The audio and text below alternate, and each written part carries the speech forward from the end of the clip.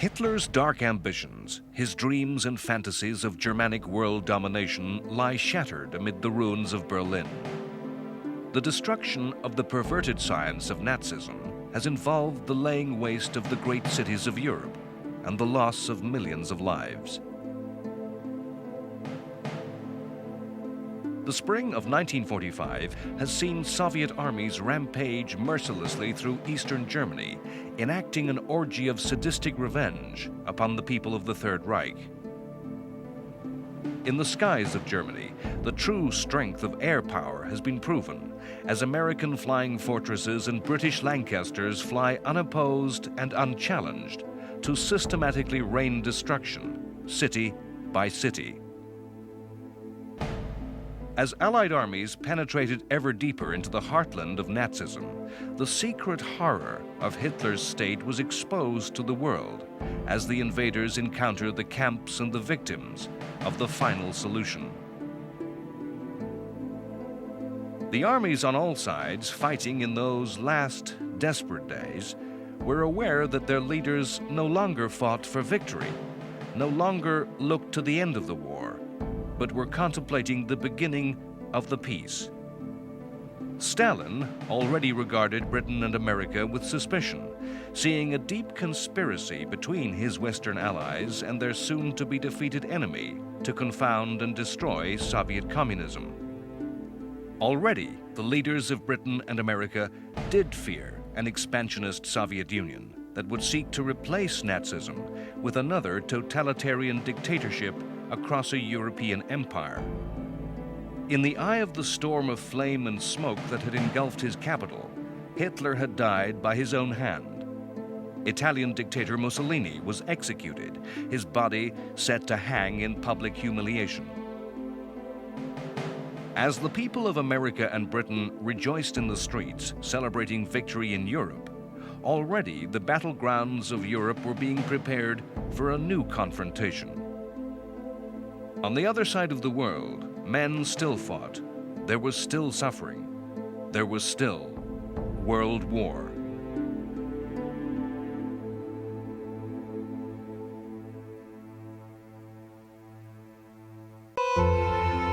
The great party that was VE Day was May 8, 1945.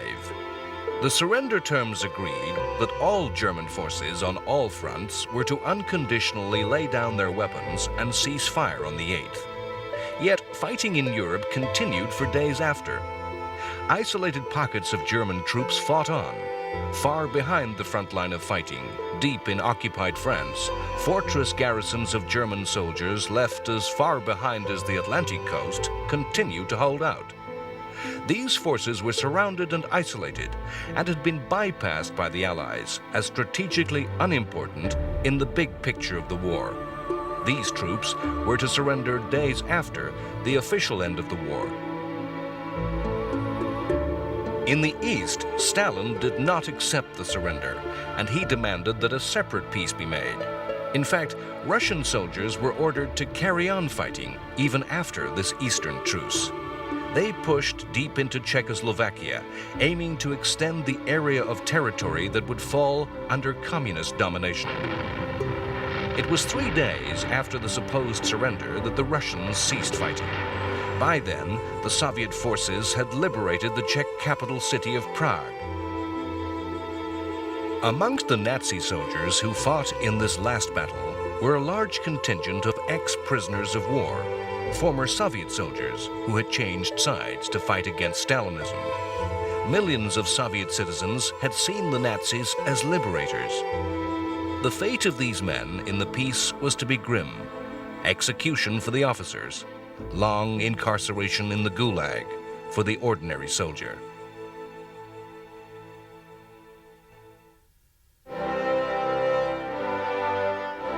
On VE Day, as Churchill stood with the British King George, acknowledging the adulation of the British people, he perhaps knew that, like Hitler, his time was gone. Churchill had come to power in the direst days of the war, as a man unassociated with the appeasement of the 1930s. Churchill's defiant and stubborn will to resist had been the only weapon in Britain's arsenal for much of 1940. He kept the war alive when it would have been easy to give in to Hitler. Churchill's scheming to somehow bring America into the war had led to the ultimate defeat of Nazi Germany. Churchill wanted the wartime government, a coalition of all British political parties, to continue into the peace. The British Labour Party refused. Churchill was forced to resign, and a general election was called. Despite being cheered wherever he went, Churchill's Conservatives were destroyed in the poll, with the Labour Party winning a massive majority in Parliament. Churchill had been a disastrous peacetime politician and was too close to the policies of the 30s that had brought poverty and mass unemployment. The mood in Britain was that the war had been fought to win a better future, and that the new peacetime world had to be better than the 1930s. Thus it was that in the last days of the war and the coming peace, Britain's Prime Minister was to be Clement Attlee, a small and quiet man, in many ways the exact opposite of all that Churchill was.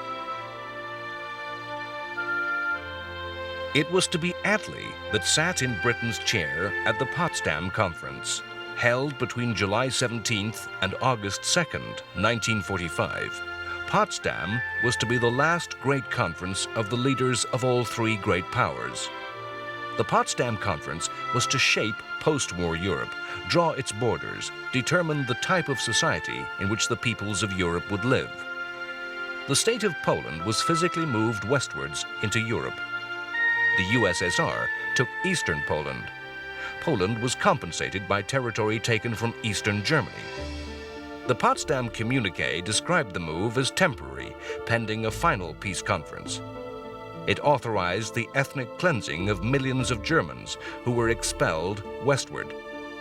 In fact, that final settlement was not to come, and the new map was not accepted by Germany until 1990 and the final withdrawal of Soviet armies. It's often forgotten that even in July 1945, the Soviet Union and the Empire of Japan were actually at peace. It was via Moscow that the Japanese had made requests for peace to America and Britain. Japan wanted a negotiated peace. The Potsdam Conference told Japan there could be no question of an honorable, face-saving peace, that their surrender would have to be unconditional, that the Japanese government would be removed, Japan occupied and stripped of colonies, that Japanese leaders would face trial for war crimes, and, above all, that Japanese society would be forcibly modernized and democratized.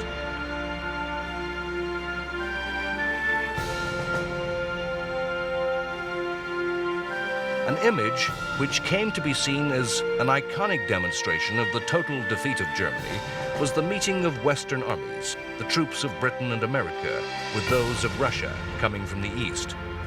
The unification of the two arms of Allied attack underlined the totality of Nazi defeat. The camaraderie of the soldiers, often staged for the newsreel cameras, was soon to dissolve and be replaced by mistrust and suspicion. At Potsdam, the decision had been taken that the territory of Germany would be divided into different zones of occupation, each under the control of one of the Allied powers. The Soviet Union came to insist that British and American forces, which had penetrated far to the east of Germany, pulled back, and the Soviet Union pushed its forces and the border of communist domination further west. Germany was divided between America, Britain, the USSR, and France. The German capital, Berlin, although deep in the Soviet zone, was also divided into occupation zones. Berlin was to remain an occupied city until the very last decade of the 20th century, an island of the West, deep in the Soviet bloc. Without any one of the three allies, America, Britain, or the USSR, the defeat of Nazi Germany would have been impossible. Of the three allies, the Soviet Union and its people made a tremendous sacrifice, paying the highest price in death and destruction. Theirs was the only territory that was to become a battlefield. It was Soviet soldiers that did most of the dying for the Allies. From a position of near defeat in 1941, as Barbarossa brought German forces to within the sight of the Kremlin, victory had fallen into the lap of Stalin and the Soviet system. What had begun as a desperate war of national survival ended with a triumphal reversal of fortune as the Red Army swept westward. The Soviet Union of the 1930s had abandoned any idealism of spreading world revolution. Stalin chose instead to build absolute power in Russia rather than indulge in political conversions. With Hitler's defeat, though, vast prizes of territory and population fell into Stalin's hands, and policy towards this new empire had to be improvised. It is a fact of history that Stalin was personally responsible for more deaths than was Hitler, and that Stalinism was a more encompassing and comprehensive system of terror than Nazism.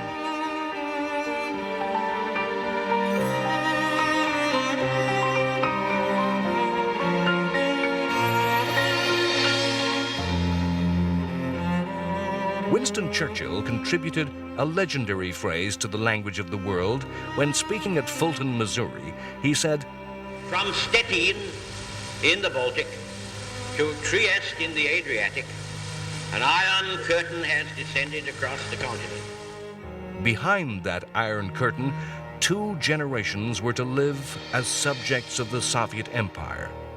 Eastern Europe was to be an unhappy place from which its citizens sought only to flee. As Europe resumed normal life and contemplated the peace, the war in the Pacific reached its conclusion, and Japan was to reap the final fruit of its militarism and aggression. In August 1945, a single action, a single aircraft, changed history. A single B-29 bomber dropped a single weapon which devastated the city of Hiroshima, revealing to the world the greatest Allied secret of the war, codenamed the Manhattan Project, the atomic bomb. The nuclear weapon was built to be used against Nazi Germany, against the fear that German scientists, the discoverers of nuclear fission, were also building a bomb. As we look at the haunted and ghostly ruins of a city eliminated in an instant, we must contemplate that even in the spring of 1945, with Americans and British across the Rhine and Russian guns in earshot of Berlin, a German nuclear bomb dropped on a masked Russian army group, a nuclear-tipped V-2 missile fired at London, a nuclear V-2 launched from a U-boat at New York. For the Germans had designed that technology, would even at that last desperate late stage have reversed the fortune of war and brought Nazi victory.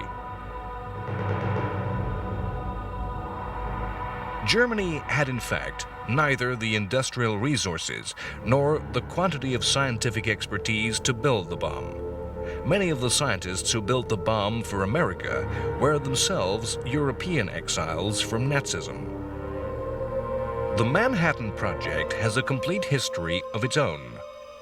An enormous enterprise that involved the construction of a vast industrial plant and the labor of more than 600,000 industrial workers. By the time the first bomb had been tested in the desert of New Mexico and bombs were ready for use, Germany had already been defeated. History must ask why the bomb fell upon Japan. The lessons of fighting at Iwo Jima and Okinawa showed that Japanese forces would fight to the death in defending the home islands of Japan. It is true that many thousands of American lives were to be saved by the use of the bomb. The saving of American life may in fact have been a byproduct of United States policy. It was clear that the Soviet Union was to become an enemy and that the atomic bomb would be a MasterCard in any dealings with Russia in the post-war world. The true horror and power of this weapon could not be described in words or in tests. Its awesome power, and what is more, the will to wield that strength, to unleash that horror, had to be demonstrated in war. As 78,000 lay dead or dying in the ruins of Hiroshima, a White House statement demanded that Japan surrender now, or expect a rain of ruin from the air. The Japanese gave no reply, and 3 days later, a second bomb fell upon Nagasaki. 25,000 died.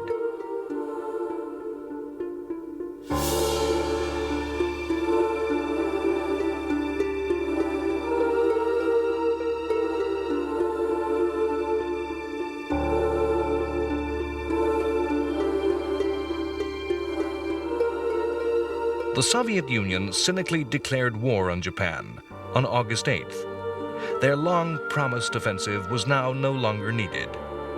Stalin used the opportunity of a certain and imminent victory to seize territory, islands in the north of Japan, and to occupy the north of Korea. In the end, Emperor Hirohito broke the deadlock and broadcast to the Japanese people 5 days after the attack upon Nagasaki. His broadcast never mentioned the word surrender. He asked his people to be prepared for the coming of peace. On September 2nd, in Tokyo Bay, General Douglas MacArthur took the surrender of Japanese forces.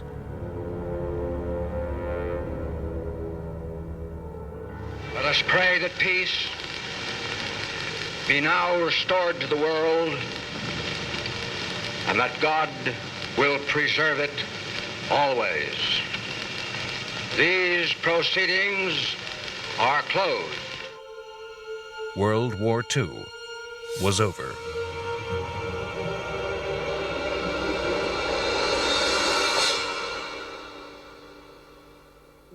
The celebration of VJ Day on August 15, 1945, once more filled the streets of America and Britain with celebrating crowds. Finally, the families of the two countries could look forward to the future with certainty. Already in both Britain and America, the process of demobilization for the armed forces and the realignment of society had begun.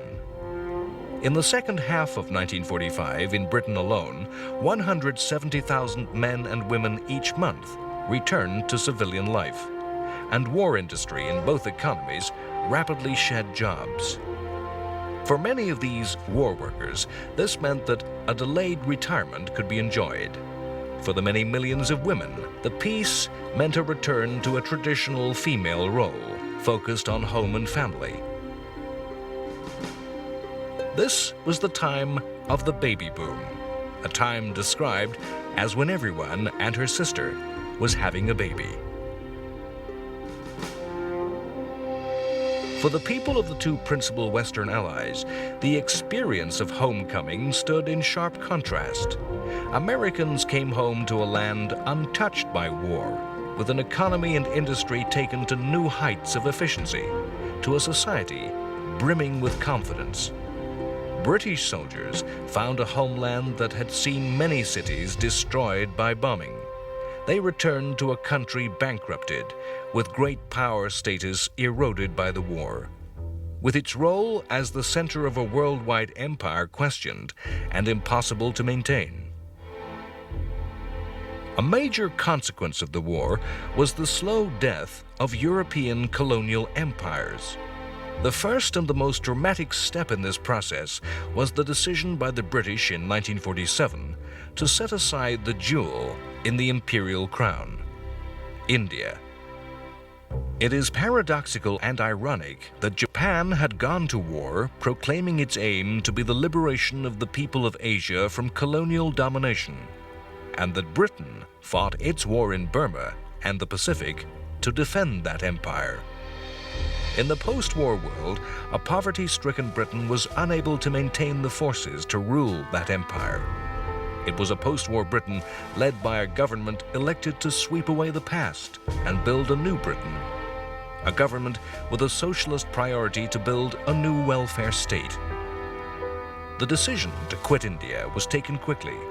Nearly 200 years of Anglo-India history were unraveled in just 2 years. The resulting division of the Indian Empire into a Muslim state of Pakistan and a Hindu India produced mass movements of population and many thousands of deaths in internal fighting. In the coming years, a wave of decolonization was to sweep the world. It was not a change of direction that was universally acclaimed. Many Britons wondered why the war had been fought if the price of victory was to be the demolition of all that they had been raised to hold dear. Winston Churchill showed himself totally disconnected from the post-war reality as he passionately and stubbornly argued for preservation of the status quo. With Indian independence, the British were beginning a long, slow, and gradual retreat from empire all over the world. The impetus to end empire was not always accepted with such realism. France felt the loss of great power status even harder than Britain. France had been defeated and occupied. The collaboration with that occupation by many French at all levels of society had stirred difficult and uncomfortable questions. In contrast to Britain, France attempted to reassert control over its empire. Most notably, it attempted to return to normal in Indochina, the land today known as Vietnam.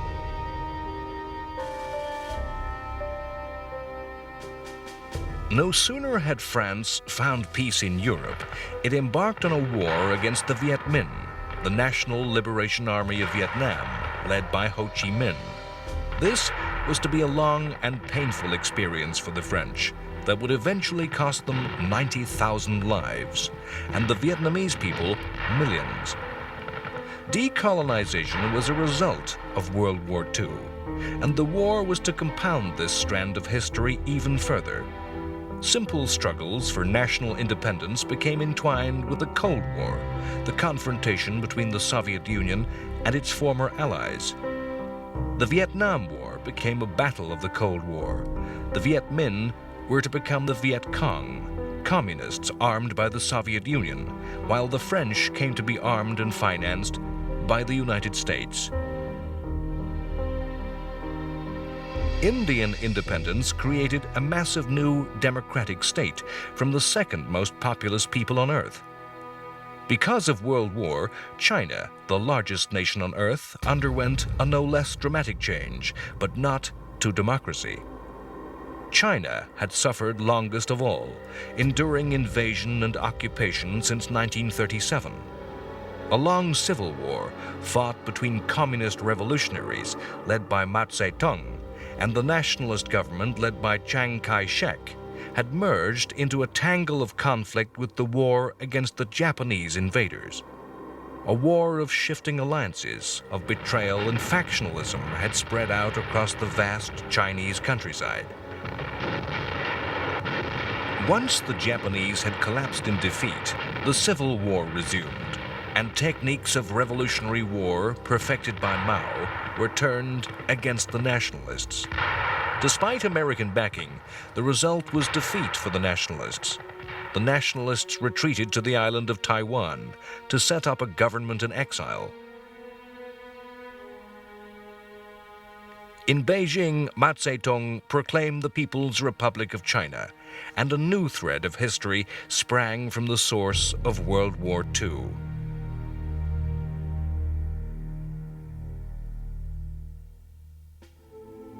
A direct result of the Second World War was the creation of a new state, Israel.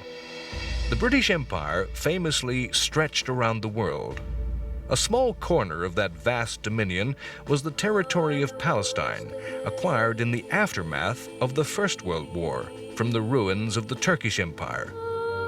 Britain had then promised to establish a national home for the Jewish people, a vow that had remained unfulfilled. In 1945, as the revealed horrors of the final solution became known, the impetus to establish a Jewish nation became irresistible. Palestine became racked by terrorism, with shootings and bombings of British forces. Crowds of young Jews stoned British soldiers, and the British Navy intercepted ships carrying Jewish settlers, many of them survivors of the death camps. Palestinian Arabs refused to become part of any Jewish state. A succession of attempts to find a diplomatic solution failed. There was no compromise possible between British, Jews, and Arabs. Britain's withdrawal in 1948 was, in effect, an abandonment of an insoluble problem, and the new state of Israel was born into war.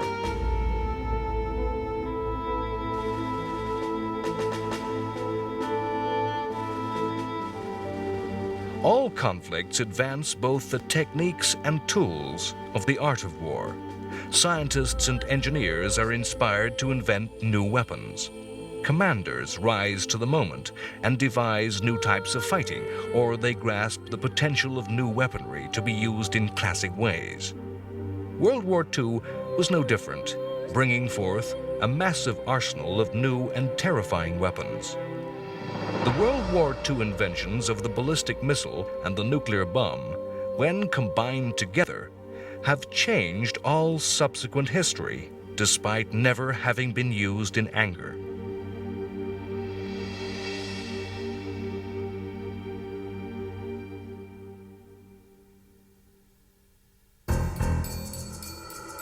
A military art was created that was no less history-forming than the bomb. In the struggle against occupying armies, irregular, low-technology warfare came to be perfected. In occupied Europe and in occupied China, the professional, highly trained armies of sophisticated industrial societies were engaged by partisans, resistance fighters, and guerrillas. These wars were political, about controlling populations as much as territory. The tactics were those of ambush and sabotage, the random terror bombing, and the murder of collaborators. Often, these resistance armies married nationalism to revolutionary communist politics. To this very day, in wars all over the world, in Vietnam, Kenya, and in Cyprus, in Northern Ireland, Zimbabwe, and Cuba, the wartime invention was used by often small, motivated, and fanatical guerrilla armies. The United States of America emerged from World War II as a world superpower, able to project an overwhelming and absolute force anywhere in the world. America had developed total industrial and economic superiority over the other nations of the world, and developed an armament industry capable of producing sophisticated weaponry, the match of any other state. Historians can convincingly argue that the USA enjoyed a similar dominant position after World War I, yet had turned its back on the world in an isolationism that had helped to create World War II. Those who do not understand their history are condemned to repeat their past. The United States understood its history and had resolved not to repeat the error of 1918. In 1945, the USA assumed a preeminent position in the post-war world. Despite a promise by Roosevelt that all American forces would be home within 2 years of peace in Europe, his successor Harry Truman saw the transformation of the USA into a European power, with permanent garrisons of troops in Europe and as the leader of a new transatlantic alliance. The Europe of 1945 was, in fact, a desperate wilderness of ruin and human tragedy. In Britain, the joy of the victory and the peace was soon to be tempered by a harsh reality. The hardships endured by the British people increased with the peace.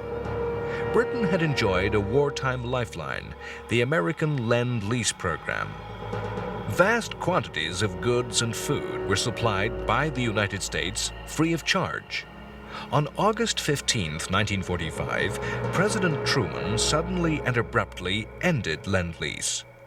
America suspected that the British were actually using Lend-Lease to subsidize their economy, that Lend-Lease supplies were being re-exported for cash. The result for the British people was a decrease in the food ration, lengthening queues and greater hardship.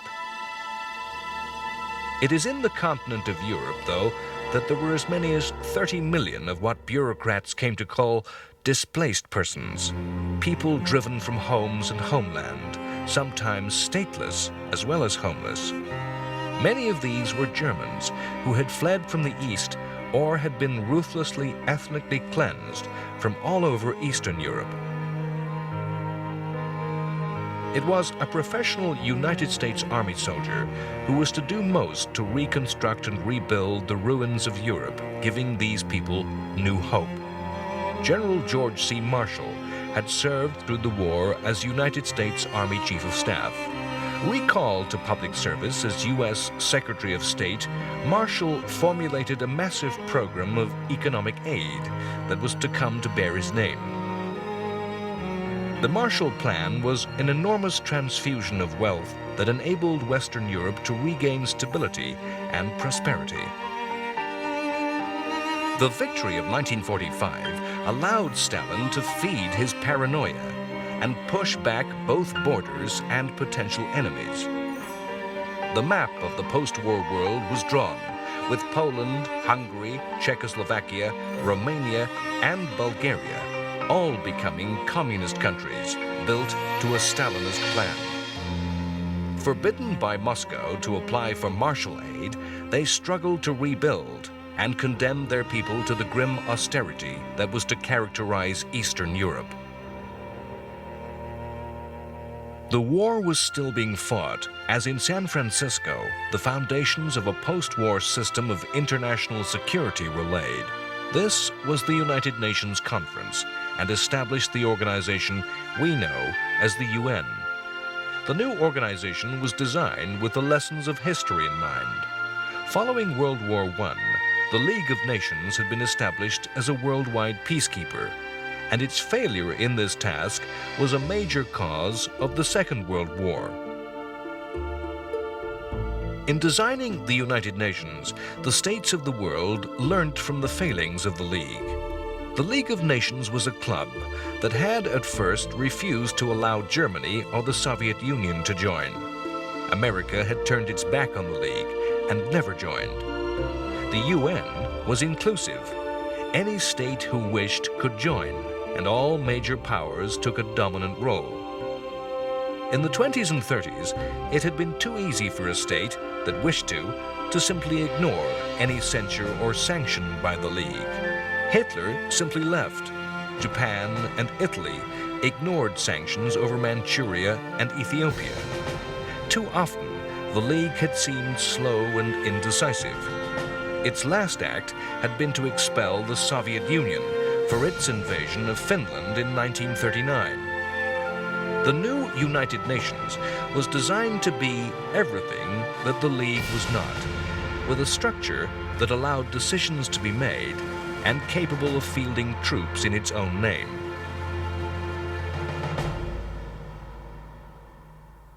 The phrase trial of the century is a form of words debased by cheap tabloids as they use it to describe the bringing to justice of the common murderer. The real trial of the 20th century can only be that held at Nuremberg, Germany in 1946. The surviving Nazi leadership was brought to trial to answer for the crimes of the Reich. Like Hitler, many leading Nazis escaped justice through suicide. Those who stood trial were a mix of Nazi politicians, most notably Hermann Goering and Rudolf Hess, military officers, and civil servants and administrators. The defendants were charged with both breaking the existing international laws, such as the Geneva Convention, which prescribed the treatment of prisoners and enemy civilians, and with new charges, crimes against humanity. The trial was held before judges from all the Allies. Had history been different, how would the bombing of Germany and Japan's cities be judged? How would the submarine attacks of the U.S. Navy on Japan be seen? Above all, could a Stalinist regime accuse another of crimes against humanity? The intuitive truth remains that the Nuremberg defendants were able to defend themselves and were given a fairer trial than any Nazi court would give. The defenses that were offered included military and bureaucratic claims to be solely obeying orders, nimble-minded legal defense, fanatical defiance, and claims of insanity, of actions perpetrated under a mesmeric trance in the spell of Hitler. The Nuremberg trials acquitted some defendants. Some were imprisoned. Many were executed. Some died shouting Heil Hitler. Goering escaped execution by suicide.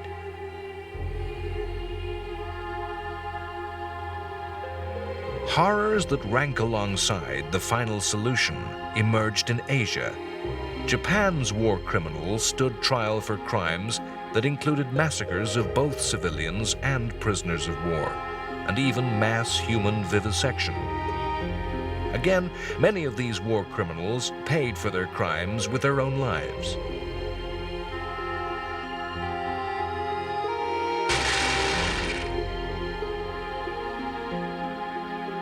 Most prominent among the executed was ex-Prime Minister Aidekai Tojo.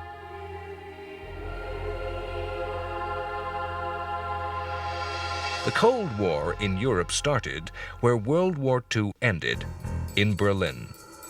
In April 1948, the Soviet forces in the Russian zone of Germany blockaded the city. They refused to allow road or rail supplies to the western areas of the occupied German capital. The Communists did not use military action, afraid of risking war with America. Their intention was to starve the Western Allies out, seeing their influence and martial aid as undermining the Soviet position in eastern Germany. The Western nations, though, refused to back down and mounted the famous Berlin airlift to supply the beleaguered people of Berlin. Aircraft flew day and night, carrying supplies of all kinds, even coal. It was not until a year's siege that the Soviets relented.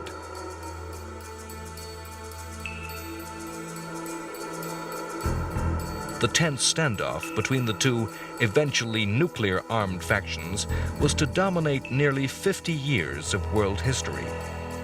It was a war of confrontation, intimidation, and bluff.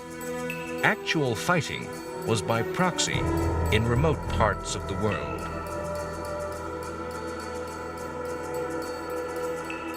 That the world of 1945 learned a lesson from the history of 1918 is shown by the treatment of the vanquished powers. The planes flew supplies to save the citizens of Berlin as much as to supply the Western troops. It would have been easy to abandon Berlin and its people to communist domination as not of strategic value. Long before a later U.S. president was to describe himself as a Berliner, those words were put into practice. Germany was not punished with the crippling reparations that had provided Hitler with such ammunition in the interwar years. The western sectors of Germany were rebuilt, given secure democratic structures, and eventually became a full member of the Western Alliance. Eastern Germany was eventually given a communist government, and within the Soviet satellites, East Germany became a fanatical hardline police state that entrapped its citizens behind a wall of concrete and steel.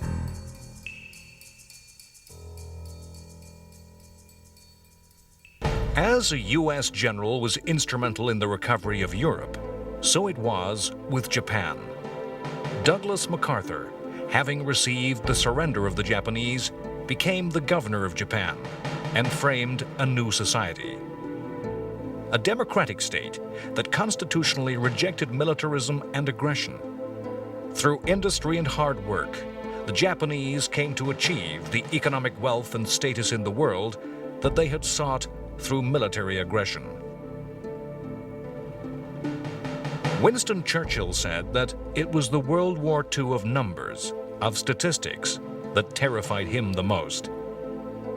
The war, when expressed in numbers, reveals a tremendous cost in human life and suffering, in numbers that lie beyond the ordinary imagination. The greatest numbers of lives lost were suffered by the Soviet Union and by China. The USSR lost 13.5 million soldiers and 8 million civilians. In the post-war Soviet Union, women were to outnumber men by a third. Such were the wartime losses. In China, perhaps 1.5 million troops were to die, but the total of civilian dead was over 20 million. Japan's ruthless ideology of racial superiority had seen a deliberate famine sweep through China as the imperial army appropriated entire crops. The defeated nations reaped the rewards of aggression. German armed forces had reached a peak number of over 10 million men in uniform. 3.5 million of those were never to return to their homes. 2 million German civilians were to die under the weight of Allied bombing and in the dreadful last days of the war in the East. Japan's armed forces were to total nearly 6 million. Nearly half of that number, more than 2.75 million, died, as did 1 million Japanese civilians. In the occupied countries, the experience of the war would be determined by race and political ideology. Occupied France lost less than 250,000 soldiers and 173,000 civilians, many to Allied air raids. However, in occupied Poland, Nazi racist ideology, a belief system that saw Slavic peoples as subhuman and Jews as the origin of all evil, worked to its logical conclusion. 6 million Polish civilians died, 3 million of those Polish Jews, one part of the final solution.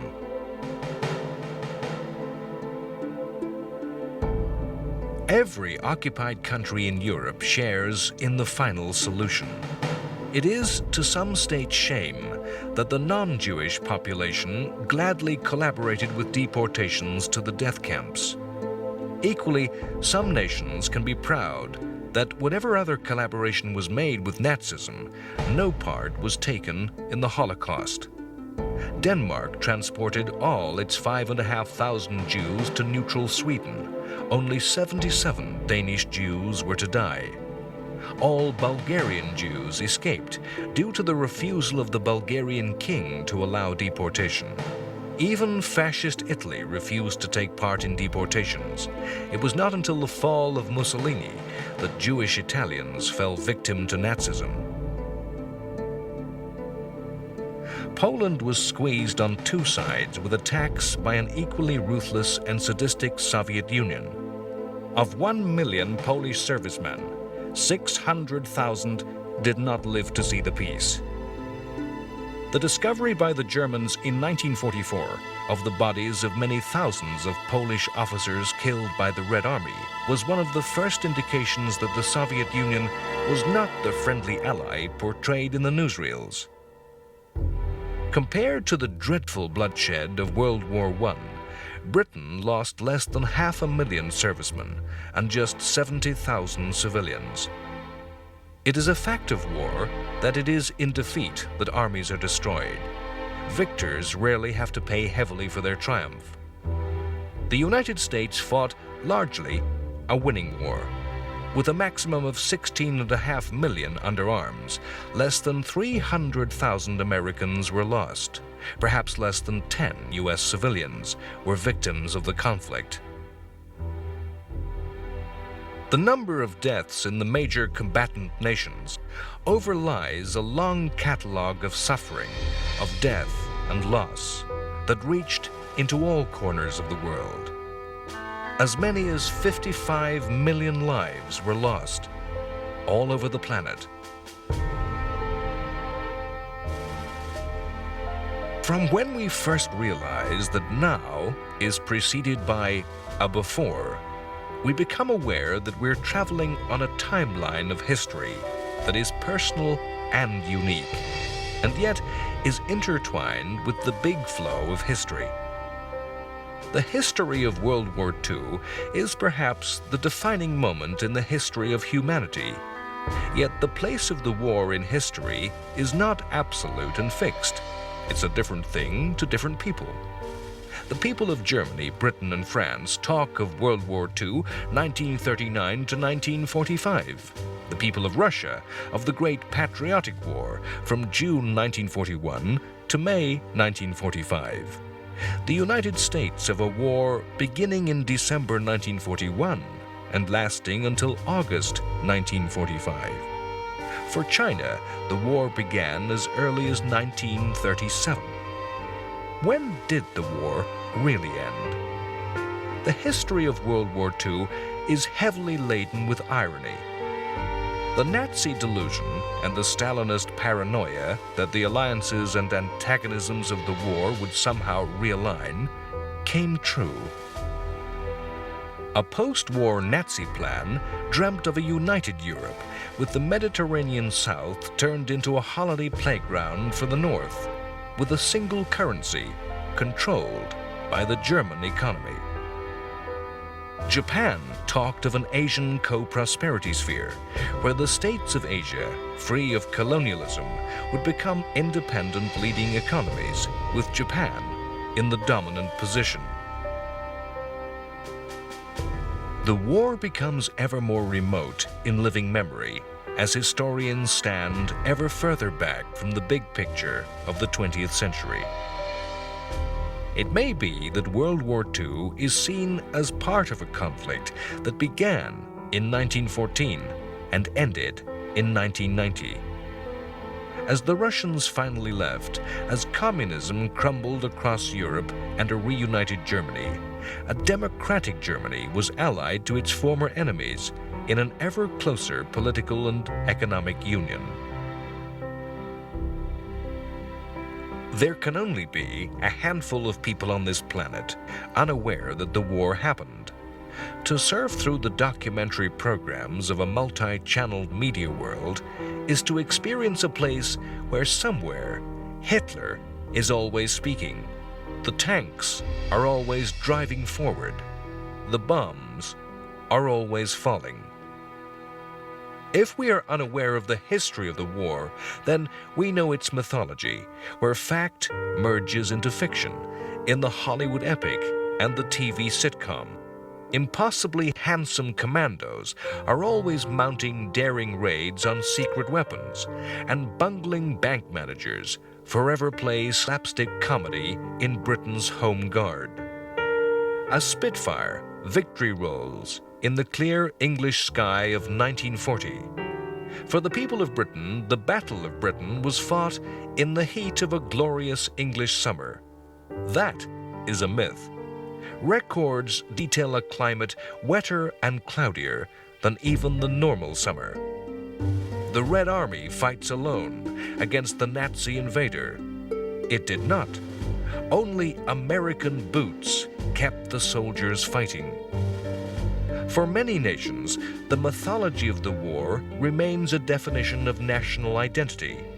In 1,000 reruns, it is the finest hour once more.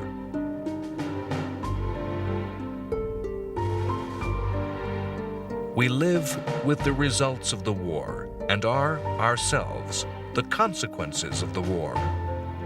If we seek any further evidence that our timeline is entwined with that of Hitler, Churchill, Roosevelt, and Stalin, we need only look at our own family history.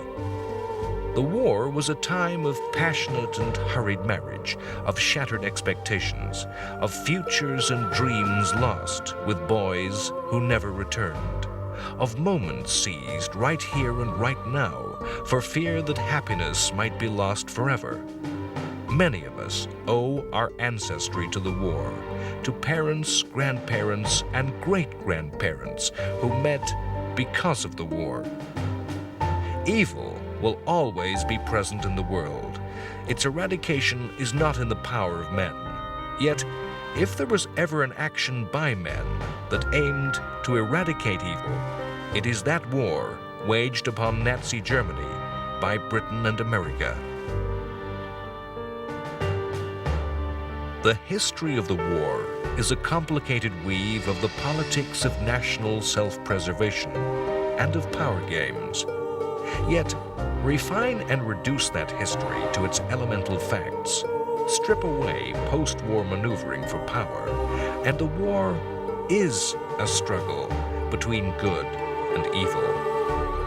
The world will never be free of wicked men who will arise and, through sheer aggression and envy, tap into prejudice and the basest of instincts. These men will start wars and will perpetrate terrible cruelties. It is only through the history created by the millions of individuals who fought and died in World War II that we, in the present and future generations, shall know the dictator and the aggressor, and shall see the ideologies of hate and evil for what they are, wherever and whenever they arise. The lesson of the history created by those millions of men and women to both present and future is that we must never forget.